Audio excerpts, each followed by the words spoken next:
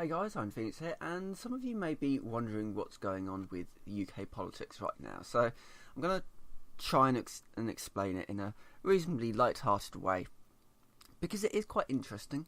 And yeah, so basically what happened is, so the way that UK politics works for general elections is that the country is split up into regions, and you go and vote for a party in that region to sort of handle that region. And for each region that the government wins, that person gains a seat at the House of Commons. And when all those seats are added up, whichever party has the most seats will usually win.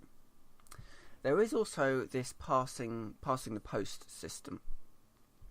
So whichever, and it's about, I think it's 326 seats, and that's the line at which a government will be able to pass things without necessarily having to worry about people not voting for it.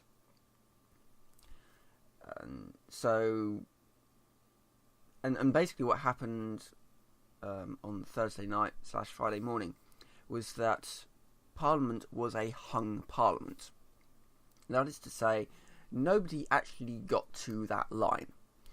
And as a result, deals are having to be made.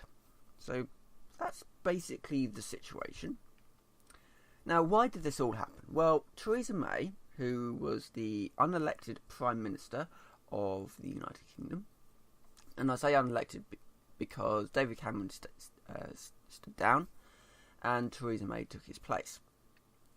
And with about a month ago, she looked at the polls and realised that the Tories were really popular at the moment, and if she called a general election, she could use that popularity to gain more of a majority than she already did, meaning that it would be easier to pass things through Parliament, such as Brexit bills and revoking human rights laws and all that sort of thing. So she decided to call a general election and then start campaigning.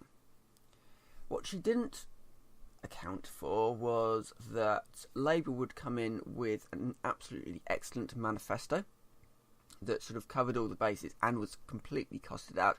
In fact, I think most of the various manifestos were actually costed out, unlike the Tory one, which just seemed to be this vague wish list, which included things like dropping corporation tax and privatising pretty much everything that they possibly could, banning the internet, all that sort of junk. And the manifesto was so horrible that the popularity of the party slipped. That, in addition to Theresa May not wanting to do any debates with the other party leaders. She would only do debates if they were with the public. So there was this rather strange question time, which had Jeremy Corbyn and Theresa May there, but they didn't debate one another. They answered questions to the public separately.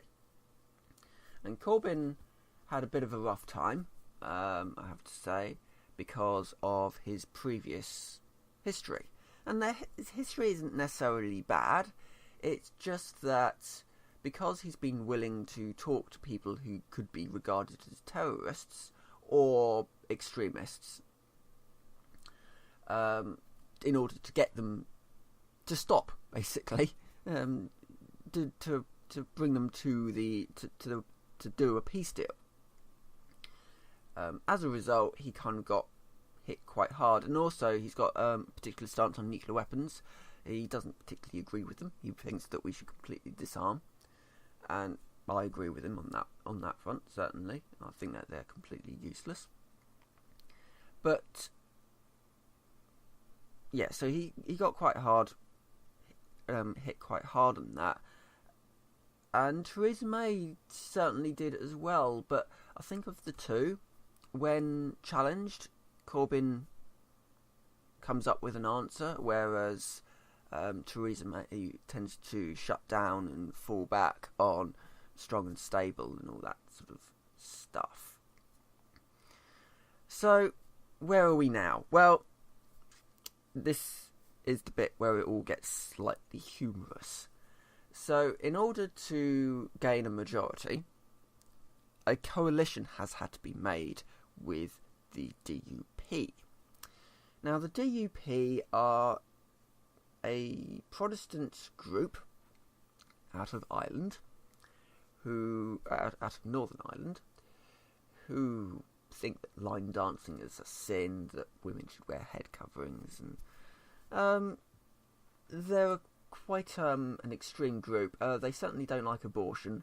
Of the more sort of serious ones that they're not really a fan of, they don't really like abortion very much.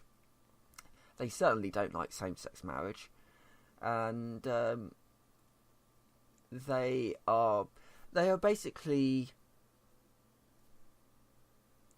they have certain links, let's say, with loyalist groups, which were active during the Troubles in Ireland.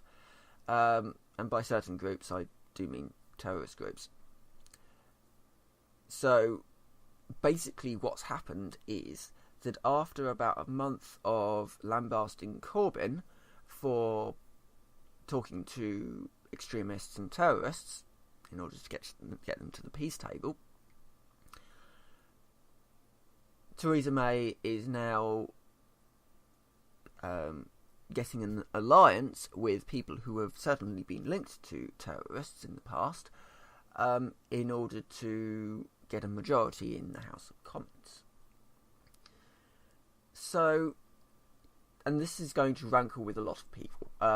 Their extreme views on certain aspects are at odds with the Tory party in certain respects, and we'll just kind of have to see what happens all in all. We might actually end up seeing a little bit of an unofficial alliance amongst Labour, Greens, Lib Dems, and the other parties, on the basis that they're all reasonably politically aligned. Actually, they all want very similar things, and so there could be a sort of an unofficial alliance sort of rising up in the House of Commons to tackle any policies that the Tories try and pass which they don't like. And there are a lot of rather dodgy policies out there that Labour certainly doesn't like. In fact, I don't think any of the more liberal parties do like. They've certainly got a very different idea on how to tackle terrorism, for example. Instead of banning the internet, essentially, they wouldn't be banning the internet, they would just be heavily controlling it. They would look to giving the security services more resources, giving the police more policemen. It's a very confusing situation at the moment, and we don't really necessarily know what's going to happen. But that is pretty much the story so far. There hasn't been a definitive deal at the moment between the Tories and DUP. That's something that Theresa May is going to have to hammer out.